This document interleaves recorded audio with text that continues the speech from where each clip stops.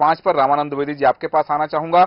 Bharatiya Janata party की ticket पर चुनाव लड़े महेंद्र हार्डिया 2018 में जीते और इस बार फिर महेंद्र हार्डिया चुनाव मैदान में लगातार 4 बार एक ही सीट से चुनाव जीते हैं। शिवराज सरकार में स्वास्थ्य राज्य मंत्री रहे हैं और इंदौर में भारतीय जनता पार्टी के नगर अध्यक्ष रह चुके हैं। एक बड़ी बात इनके साथ जो है महेंद्र हार्डिया की कि इंदौर 5 में जितने मुस्लिम मतदाता हैं, मुस्लिम मतदाताओं के बीच में अच्छी पैठ रखते हैं महेंद्र हार्डिया। हालांकि भारतीय जनता पार्टी या भारतीय जनता पार्टी के नेताओं का मुस्लिम प्रेम जो है वो कहीं ना कहीं विवाद में रहा है, लेकिन महेंद्र हार्डिया के साथ अच्छी चीज ये है कि मुस्लिम मतदाताओं के बीच में अच्छी खासी पैठ है। दूसरी तरफ सत्यनारायण पटेल को प्रत्याशी बनाया है कांग्रेस ने और ये पूर्व मंत्री रामेश्वर पटेल के बेटे हैं, प्रियंका गांधी के करीब माने जाते हैं। प्रदीप मिश्रा, जय किशोरी और अनूप जलोटा के कार्यक्रम करा चुके हैं। उसके बाद में इनकी टिकट तय हुई है और जनता के बीच में पैठ बनाने की कोशिश करें, क्योंकि महेंद्र हार्डिया जब 2018 में चुनाव जीते थे द्विवेदी जी, तो केवल 1133 वोट का अंतर रहा है। तो ये जो कम अंतर की जीत थी कितनी प्रभावशाली होगी 2023 के चुनाव में? सूरज जी, महेंद्र हार्डिया भी जमीनी नेता हैं जी और कुशवाहा समाज से ताल्लुक रखते हैं जी। उनका वोट बैंक ओबीसी का बहुत बड़ा है जी। अब सवाल ये है कि सत्यनारायण पटेल भी कम नहीं है, क्योंकि वो भी जमीनी नेता है जी।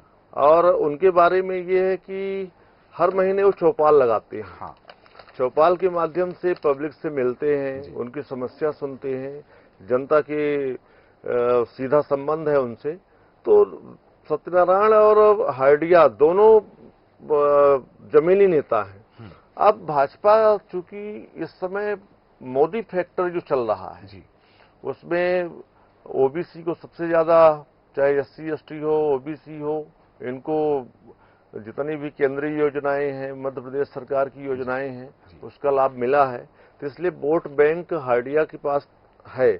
अब इस चुनाव में क्षेत्रीय नेताओं का तो दबदबा है ही, साथ में जो क्षेत्रीय मुद्दे हैं उसमें हार्डिया जी का इसलिए भी मजबूती के साथ जनता साथ दे सकती है जी, क्योंकि केंद्र की जितनी योजनाएं हैं वो भाजपा की हैं और इस पूरे चुनाव में सिर्फ एक ही नारा दे के रखा है जी, एमपी में मोदी, मोदी में एमपी। जी बिल्कुल, है ना। तो इस मुद्दे से जनता में असर है और भाजपा के प्रति जनता का सीधा जुड़ाव भी है। तो इसलिए कहा जा सकता है कि हार्डिया की स्थिति मजबूत वहां पे रहेगी। बिल्कुल।